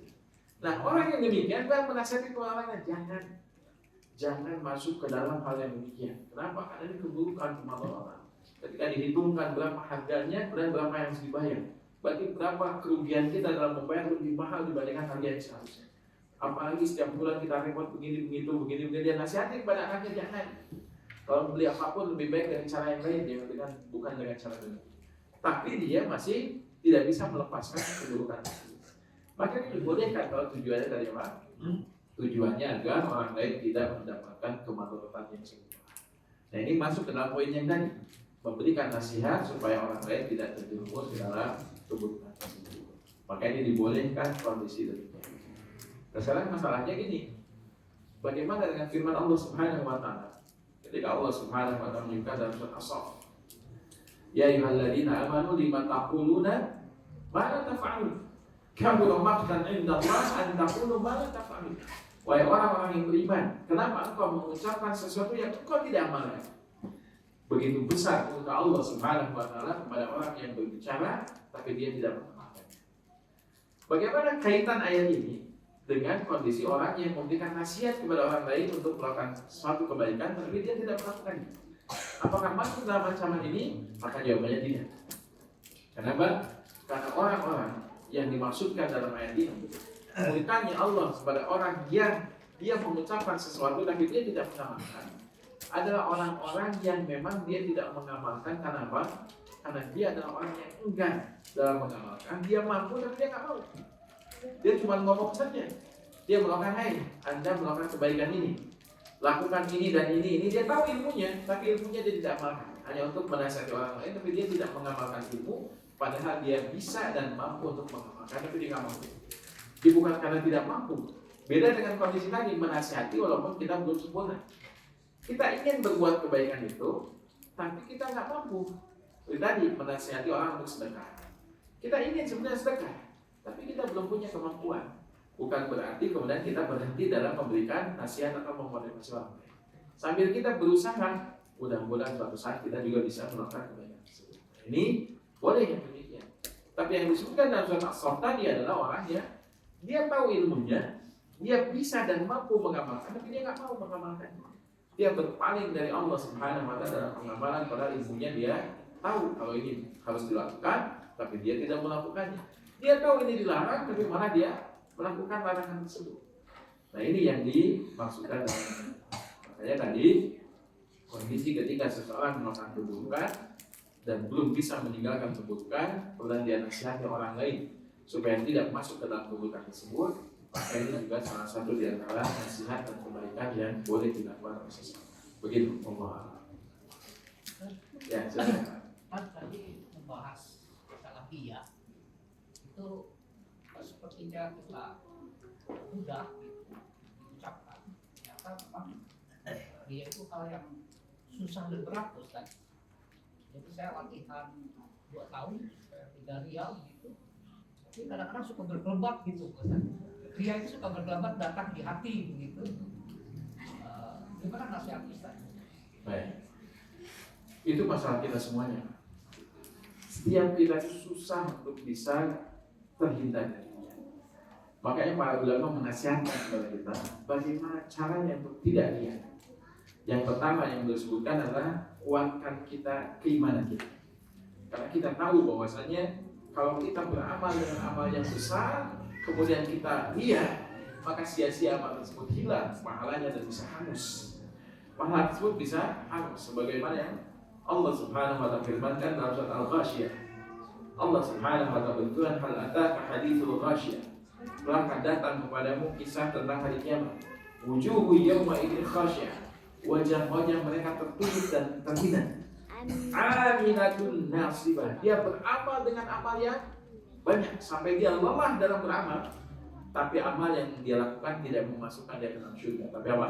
Tasna nar, maka dia masuk ke dalam neraka disebabkan karena amal yang dilakukan banyak itu tidak bisa menolong dia dari neraka. Para ulama menyebutkan beberapa tafsir tentang ini. Salah satu tafsirnya apa? Dia beramal dengan amalan baik, tapi niatnya dia bukan halal. Ketika dia bersedekah, tujuannya bukan ingin mendapatkan pahala di sisi Allah, tapi dia ingin mendapatkan pujian dari manusia kalau dia dianggap sebagai orang yang dermawan. Jadi disebutkan juga di dalam hadis yang ketika tidak beranjak kaki seseorang ketika dihisab di hadapan Allah sampai dia akan ditanya dengan beberapa hal, dan kemudian didatangkan seseorang di hadapan Allah yang melakukan amal soleh dan pada akhirnya dia diseret ke dalam neraka. Yang pertama yang ditanya itu siapa? Orang-orang yang meninggal dalam keadaan mati syahid. Dia berjuang di jalan Allah, meninggal dalam keadaan syahid, dan orang-orang menyangka kalau dia adalah orang yang mati syahid.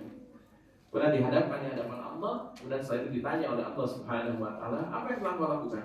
Disebutkan, saya habiskan usia saya untuk berjuang di jalan Allah. Apa yang dikatakan oleh Allah Subhanahu wa Ta'ala dalam hadis qudsi, kata engkau dusta. Kenapa? Karena engkau ketika berperang bukan untuk membela agama Allah, bukan untuk dapat pahala, tapi engkau berperang agar dikatakan sebagai pahlawan, pemberani dan seterusnya. Dia bukan untuk membela agama Allah, tapi dia akan ingin disebutkan pahala. Dan Allah perintahkan pada malaikat untuk diseret wajahnya kemudian dimasukkan ke dalam neraka. Yang kedua adalah orang yang belajar dan mengajarkan Quran. Diterangkan di hadapan Allah Subhanahu wa Ta'ala, ditanya, dihabiskan untuk apa umur? Maka orang tersebut mengatakan apa? Saya mengajar belajar Al-Quran dan kemudian saya mengajarkannya. Maka apa yang dikatakan oleh Allah Subhanahu wa Ta'ala, kata dusta kau. Kenapa? Karena engkau ketika belajar Al-Quran bukan untuk mempelajari ilmu Allah Subhanahu wa Ta'ala, tapi engkau ingin disebut sebagai orang-orang yang setingkat atau manzilah dengan manzilah ulama. Ingin dipuji oleh orang itu, orang rajin, orang yang pintar, orang yang segala macam. Dan ketika engkau mengajarkan Al-Quran, membaca Al-Quran, tujuannya bukan untuk mendapatkan pahala di sisi Allah. Ketika baca Quran, dia ingin dianggap sebagai orang yang paling bagus baca. Senang kalau dipuji, bacanya bagus. Woi, hafalannya banyak. Senang dia dengan itu. Jadi ketika dia membaca, bukan ingin mendapatkan pahala di sisi Allah, tapi ingin mendapatkan pujian dari manusia. Dan kemudian Allah perintahkan untuk diseret wajahnya, dimasukkan ke dalam neraka. Termasuk orang yang sedekah. Ketika ditanya apa yang kau habiskan di dunia ini, disebutkan tidaklah ada satu peluang untuk bersedekah kecuali akan saya sedekahkan. Dan harta yang saya siapkan, yang saya miliki disedekahkan untuk mendapatkan pahala di sini. Apa yang disebutkan oleh Allah Subhanahu wa Ta'ala, dusta engkau. Kenapa? Karena engkau berinfak, bersedekah, tujuannya bukan untuk membela agama Allah, bukan untuk mendapatkan pahala di sisi Allah. Tapi engkau bersedekah tujuannya supaya dipuji oleh orang sebagai orang yang dermawan. Diperintahkan pada malaikat diseret wajahnya dan dimasukkan ke dalam. Ini salah satu di antara penyakit riya. Niatnya bukan niat karena Allah. Dan ini dijadikan oleh Nabi SAW peringatan bahwasanya yang paling dikhawatirkan oleh Nabi SAW terhadap umat ini apa? Arya. Yang Nabi menggambarkan seperti apa? Seperti semut hitam yang berjalan di batu yang hitam di kegelapan malam. Begitu sabarnya yang begitu halus, yang terkadang seseorang tidak menyadari kalau dirinya sedang dia, kecuali ketika dia betul-betul berintrospeksi dan kemudian dia bermuhasabah dan dia tahu ternyata keikhlasannya terpengaruh dengan kriya. Makanya salah satu di antara cara bagaimana supaya kita bisa memperbaiki diri, supaya kita tidak melakukan kriya tersebut, maka yang pertama disebutkan oleh para ulama, bekali kita dengan ilmu supaya kita tahu dia itu tidak menghasilkan apapun, tapi menjadikan amal saleh yang kita lakukan malah tidak bernilai Islam. Yang kedua juga disebutkan oleh para ulama, tadi bergaul dengan orang-orang yang ikhlas. Karena orang-orang tersebut ria, Salah satunya disebabkan karena dia yang melakukan amal soleh sendirian. Makanya orang yang beramal soleh sendirian di lingkungan yang dia tidak beramal soleh, riaknya itu besar. Seperti contohnya begini, kalau kita hafal juz 30, itu bisa dua kondisi. Bisa jadi ada potensi ria, atau bisa jadi tidak. Potensi ria itu bagaimana? Ketika kita berada di lingkungan orang-orang yang tidak bisa baca Quran, jangankan juz 30 baca kayak lancar, kadang dia juga jarang baca Quran. Nah kita ketika di lingkungan tersebut hafal juz 30 surat An-Naba sampai Anas. Ketika datang waktu sholat, orang-orang akan meminta kita untuk jadi imam. Kenapa? Karena kita adalah paling banyak hafalannya, padahal juz 30. Dalam kondisi ini kadang hati kita itu merasa, saya paling bagus bacaannya, saya yang paling berhak jadi imam. Jadi ketika jadi imam itu saya sudah imam besar yang tidak ada tandingannya di tempat tersebut. Kenapa? Kita satu-satunya orang yang hafal juz 30. Tapi bayangkan kalau kita hafal juz 30, bergaul dengan lingkungan orang-orang yang hafal 30 juz. Kita juz 30 cuma 1 juz. Lingkungan sekitar kita hafal 30 juz. Kalau kita jadi imam, disuruh jadi imam, paling kita minta ustaz lain. Saya baru 1 juz hafalannya, yang lain hafalannya sudah banyak, bacanya lebih bagus. Ria itu hilang disebabkan apa? Melihat orang lain di sekitar itu melakukan kebaikan yang karena lebih dibandingkan kita. Saya berikan contoh yang lain. Saum Ramadan. Ada nggak orang yang saum Ramadan pada dia dengan saum? Saya kira mungkin tidak ada orang yang ria. Kenapa? Karena semua orang saum, mau tua, mau muda, laki-laki, perempuan, anak kecil aja saum. Sampai ketika kita saum di bulan Ramadan itu tidak kecil kemungkinan kita merasa ria dengan saum kita. Kecil. Tapi apa yang terjadi kalau kita saum Senin dan Kamis? Saum sunnah. Ketika orang lain tidak saum, kita tidak saum. Potensi ria besar. Ketika orang lain tidak saum, kita saum sendirian. Hati kita merasa, saya saum, itu masak makan, saum, iya gitu. Iya. Sampai kemudian dia merasa, mudah-mudahan ayah nanya, abah terima kasih ya. Senang kawannya Pak, abah terima kasih ya. Saya lagi saum. Senang kawannya nanya. Itu kenapa? Karena dia bersendirian dalam beramal saleh. Coba bayangkan kalau dalam satu tempat ketika saum Senin Kamis, mereka saum Senin Kamis semua. Mungkin keikhlasan akan terjaga sebagaimana kita menjaga keikhlasan saum Ramadan. Nah itulah kenapa para sahabat radhiyallahu anhum ajmain, mereka orang yang paling ikhlas karena amal soleh tidak yang semua amal soleh yang ada itu mereka melakukan. Kita banyak yang luput dari situ. Makanya yang kedua selain ilmu adalah bergaul dengan orang-orang yang soleh. Dan yang ketiga apa? Latih. Karena dia itu biasanya sebabkan apa? Jarak kita beramal soleh. Semakin sering kita beramal soleh dan kita anggap amal soleh itu biasa, hilang keriaan. Seperti orang yang baru belajar tahsin dan baru membiasakan baca Quran, baru dia baca sedikit saja, dia merasa ketika orang lain memperhatikan itu terpengaruh. Akan merasa, si kayak meninggal itu ya. Senang seperti itu, kenapa jarang? Tapi kalau dia sudah rutin, ada orang, tidak ada orang, terus dia punya hanca tersendiri baca Quran. Sampai ada orang yang lihat ataupun orang tidak lihat, itu sudah tidak pengaruh lagi bagi kita, sudah terbiasa. Oleh karena itu maka biasakan diri, latih diri kita untuk tetap melakukan amal soleh agar terjaga keikhlasannya, dan terakhir adalah apa? Tetap meminta pertolongan kepada Allah supaya dihindarkan dari dia. Begitu Pak Allah. Iya. Ustaz, ketika kita itikaf, kita ngantuk, apakah kita memaksakan qiyam sampai tergantung ngantuk atau lebih baik tidur dulu? Itu yang pertama. Yang kedua, apakah pahala Lailatul Qadar itu hanya diperoleh oleh mereka yang itikaf di masjid atau bisa yang di rumah atau di mana saja? Baik, ketika itikaf ngantuk. Biasanya di sini kalau ngantuk sholat atau tidur?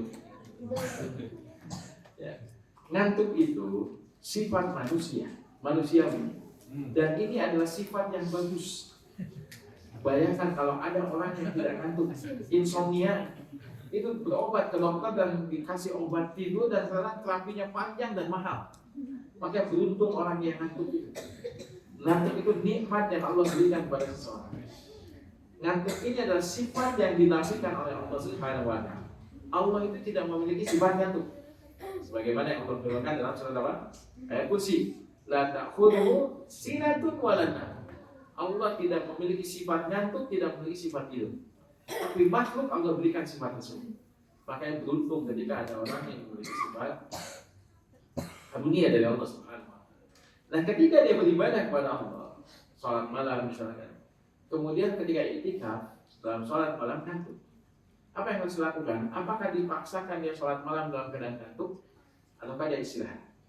Maka Nabi SAW bersabda apa? Lil jasad, bagi jasad kita ma'alika haqqun, maka bagimu ada hak. Jasad kita itu ada haknya. Waktunya ngantuk, obatnya apa? Bukan kopi. Ngantuk minum kopi itu ngantuk kopi. Biasanya kopi andalnya dulu. Obat ngantuk apa? Tidur saja. Kenapa? Karena tubuh ini ada sinyal-sinyal yang diberikan kepada kita, dan sinyal itu adalah sinyal yang baik. Kalau ngantuk, tidur saja.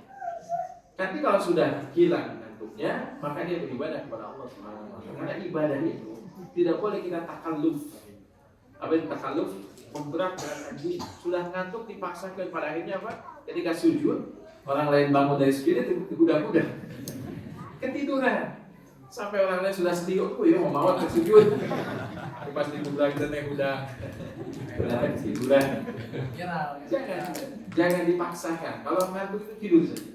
Nanti ketika sudah hilang kantuknya, maka beribadah kepada Allah. Dan salah satu caranya bagaimana supaya kita tidak ngantuk ketika iktikaf, maka atur pola tidur kita di siang.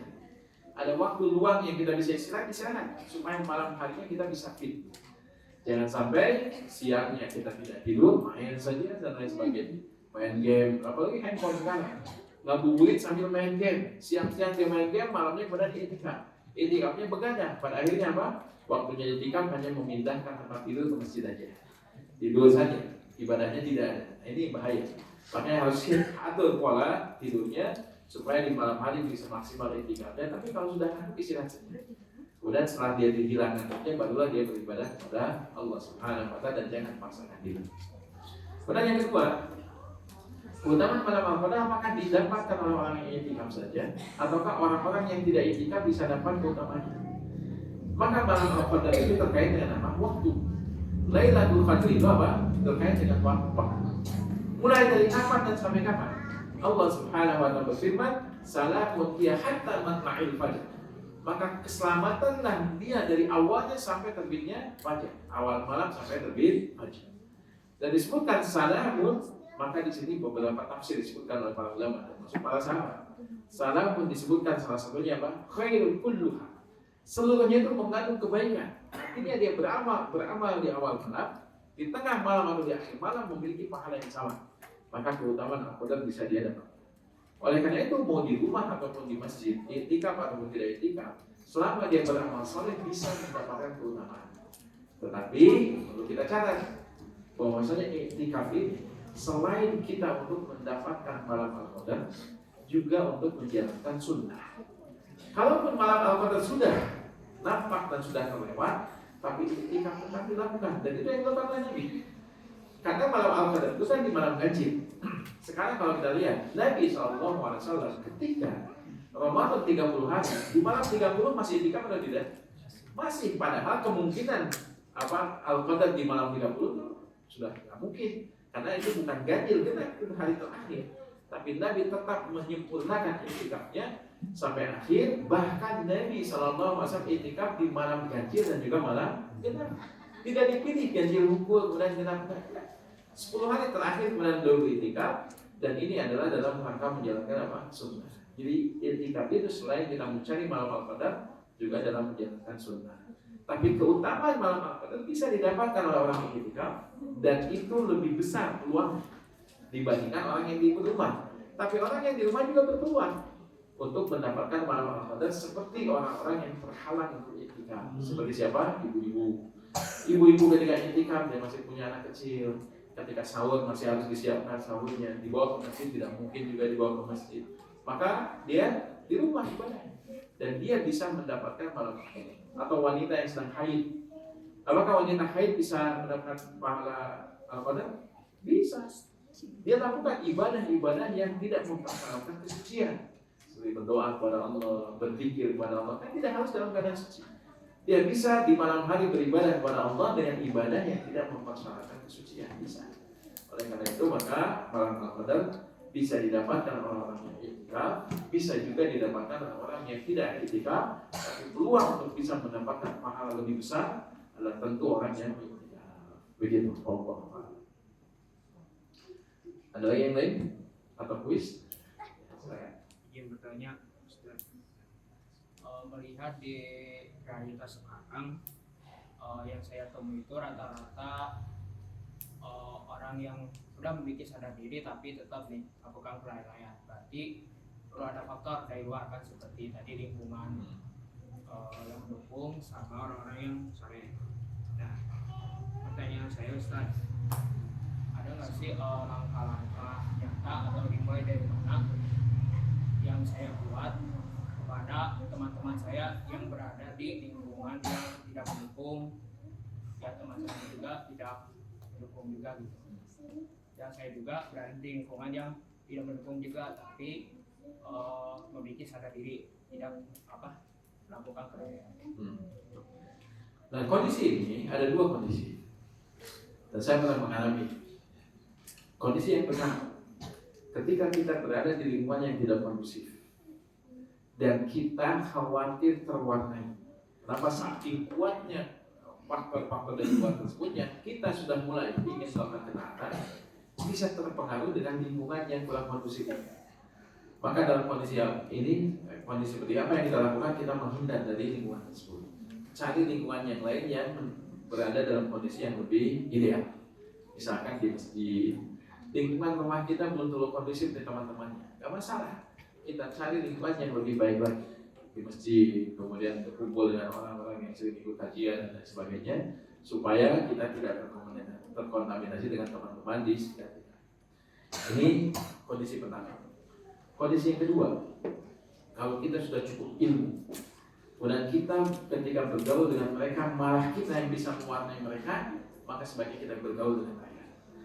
Nah, biasanya kondisi ini adalah kondisi ketika seseorang sudah menuntut ilmu, kemudian dia memiliki ilmu yang cukup, bahkan dia punya kemampuan untuk bisa mempengaruhi dan mendakwahi yang lainnya, maka kondisi ini boleh dia balik lagi kepada lingkungannya, ajak teman-teman sekitarnya untuk berbuat baik. Nah, kondisi ini kondisi yang paling ideal, itu tidak meninggalkan lingkungan kita ketika kita masih bisa mempengaruhi mereka untuk berbuat baik. Dan terkadang orang lain itu sekitar kita bisa terbawa disebabkan karena ada kita yang mewarnai mereka. Nah, dalam kalau kondisi demikian, maka jangan tinggalkan lingkungan tersebut. Nah, ketika di awal-awal tentu kita tidak mudah untuk mewarnai, tapi yang ada adalah kita diwarnai. Nah, untuk kondisi demikian sebaiknya kita tinggalkan sejenak. Dan ini pelajaran yang diberikan oleh siapa? Nabi SAW. Ketika beliau berdakwah di Makkah, tidak kondusif dan tidak bisa mempengaruhi orang-orang di situ, pada akhirnya bahkan dipersulit, apalagi sampai diusir di kota Makkah. Apa yang Nabi lakukan? Dia berhijrah ke Madinah yang lingkungan lebih kondusif. Ketika kekuatan sedang muncul dan Nabi SAW semakin memiliki kekuatan yang cukup, balik lagi ke Mekah dan terjadilah Fathu Mekah, terbukanya kota Mekah dan banyak orang berbondong-bondong masuk Islam tanpa peperangan. Nah, ini pelajaran penting bagi kita. Pelajaran ini dalam kehidupan sehari-hari kita. Kita berada di lingkungan yang tidak kondusif, tapi alhamdulillah Allah berikan hidayah kepada kita. Nah, dalam kondisi ini apa yang kita lakukan? Seperti yang dilakukan oleh Nabi. Cari lingkungan yang kondusif, jangan dulu bercampur dengan mereka. Sampai kita memiliki kekuatan yang mutlak, dari ilmu kita sudah mulai cukup, kemudian syubhat yang disampaikan oleh orang-orang lain kita bisa jawab, sampai orang lain pun bisa kita ajak untuk melakukan kebaikan. Kalau kita sudah sampai fase itu, balik lagi ke lingkungan kita, ajak mereka untuk bisa mengikuti apa yang diperintahkan dalam syariat.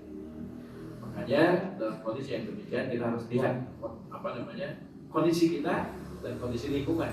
Ketika kita tetap di situ, apakah kita yang terwarnai ataukah kita mewarnai? Kalau kita yang terwarnai, maka sebaiknya kita mencari lingkungan di luar tempat kita.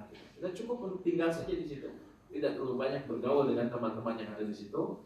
Tapi suatu ketika ilmu kita sudah cukup, mulailah kita bergaul dengan mereka supaya mereka bisa terwarnai dengan warna yang sesuai dengan syariat. Begitu. Ya, silakan.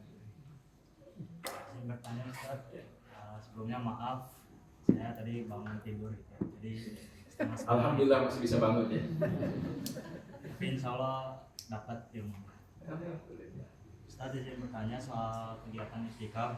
Kan biasanya itu diisi dengan yang mulail, terus membaca Quran ataupun di sidang kajian.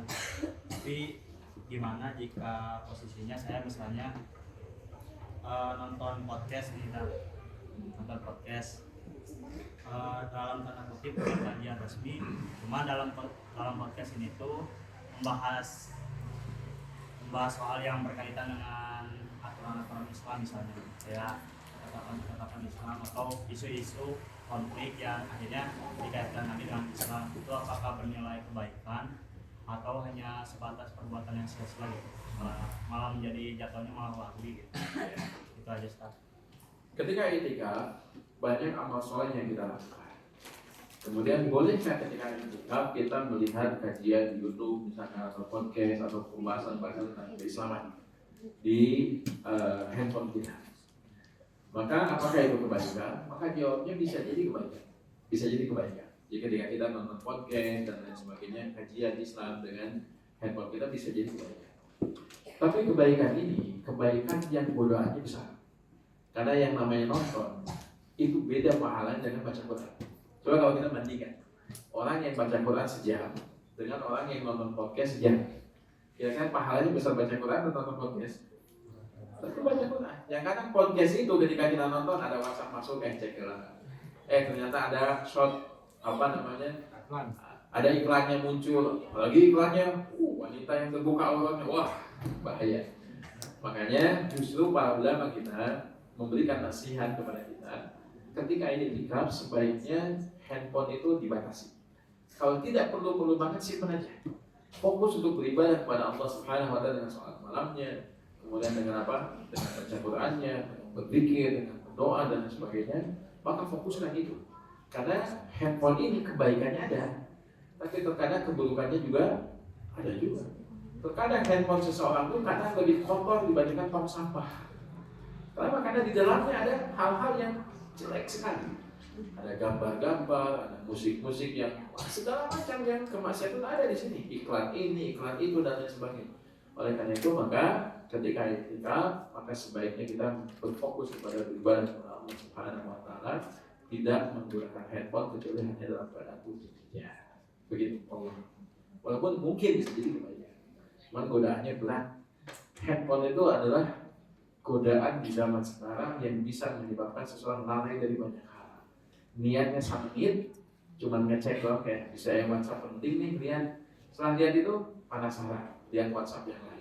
Pasti kali ada link. Ternyata linknya itu link sesuatu yang menarik. Klik masuk ke dalam Instagram, karena ke TikTok, karena kemana. Ketika lihat satu, ada scroll lagi ke yang lain, scroll yang lain. Niat sama niat akhirnya saja. Akhirnya godaan dari handphone. Makanya ulama menasihati kalau itikaf sebaiknya gunakan handphone hanya ketika ujian saja. Kalau bisa disimpan saja. Fokus untuk beribadah kepada Allah Subhanahu wa taala. Begitu Allah. Quiz. Ini mau jawab kuisnya sudah gagal oler ini. Ayo Bang Don deh, ada kuis. Gak apa-apa. Kuis, ayo. Kalau tidur, kalau ngantuk tidur saja. Kita dua buat Ikhwan, dua buat Ahmad. Dua buat Ikhwan, dua buat Ahmad. Jawabannya mie-nya misnah ya mah. Oke, kita mulai dari Ikhwan dulu. Di awal kita sebutkan ada 3 jenis hati. Apa saja itu? Oh itu udah katakan dulu. Siapa namanya? Siapa? Ayo ngacung tinggi. Jangan ke belakang. Bisa jawab? Ngangkat tangannya mau jawab atau? Yang tinggi ngacung. Nah, ya silakan. 3 jenis hati. Hati yang sehat, hati yang mati, sama hati yang sakit. Baik, alhamdulillah. Ada mukmin? nah itu. Bukan mukmin, Islam ya. Sampai ya. Tanpa aja. Baik, sekarang untuk akhwat. Tadi ada 6 tips untuk mengobati kelalaian kita. Sebutkan 2 saja. Tidak usah banyak. Silakan. Jaga keikhlasan, Banyak masalah menjaga keikhlasan. Alhamdulillah. Yang ikhwan, Ini kan khusus anak-anak atau boleh bapak-bapak? Anak-anak aja Ustaz. Anak-anak mah bapak-bapak mah bisa meset yang dirah. Baik, pertanyaan untuk ikhwan tadi sekarang. Tadi disebutkan bahwasanya ada 6 hal yang bisa mengobati kelalaian kita. Tadi sudah disebutkan, keikhlasan dan juga beramal soleh. Sebutkan 2 lagi ya. Ayo. Terlalu susah pertanyaannya? Oh ini nih, silakan.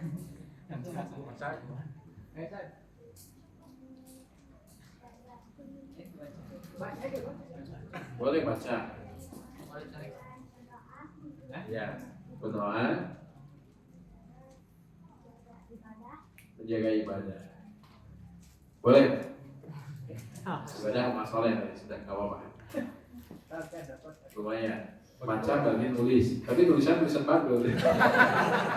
Bagi 2 hadiahnya bagi.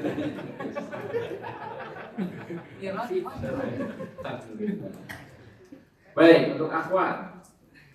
Pertanyaan untuk akhwat. Di luar materi tadi ya, ada yang hafal doa ketika malam Al-Qadar?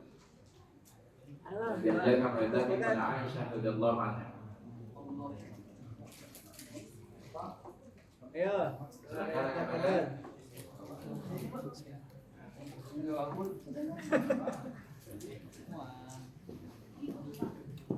Ada? Ada. Ada. Ya, alhamdulillah bagus. Sudah alhamdulillah hadiahnya habis, ini tanda kalau sesinya habis.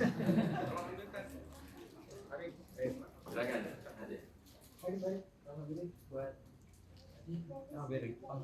Baik, alhamdulillah. Ikhwan, alhamdulillah. Kita sudah berada di sesi akhir dari kajian kita. Semoga ada manfaat yang bisa diambil dan kita berharap semoga malam ini Allah takdirkan kita untuk sampai keutamaan Al-Qadar dan semoga Allah Subhanahu wa taala menjaga diri kita, memberikan melimpahkan keberkahan kepada diri kita semuanya dan kita berharap semoga segera kita dikumpulkan kembali di syurga Allah Subhanahu wa taala. Kita cukupkan dan kita tutup dengan doa kifaratul majelis. Subhanakallah wa bihamdika asyhadu an la ilaha illa anta astaghfiruka wa atubu ilaik. Wassalamualaikum warahmatullahi wabarakatuh.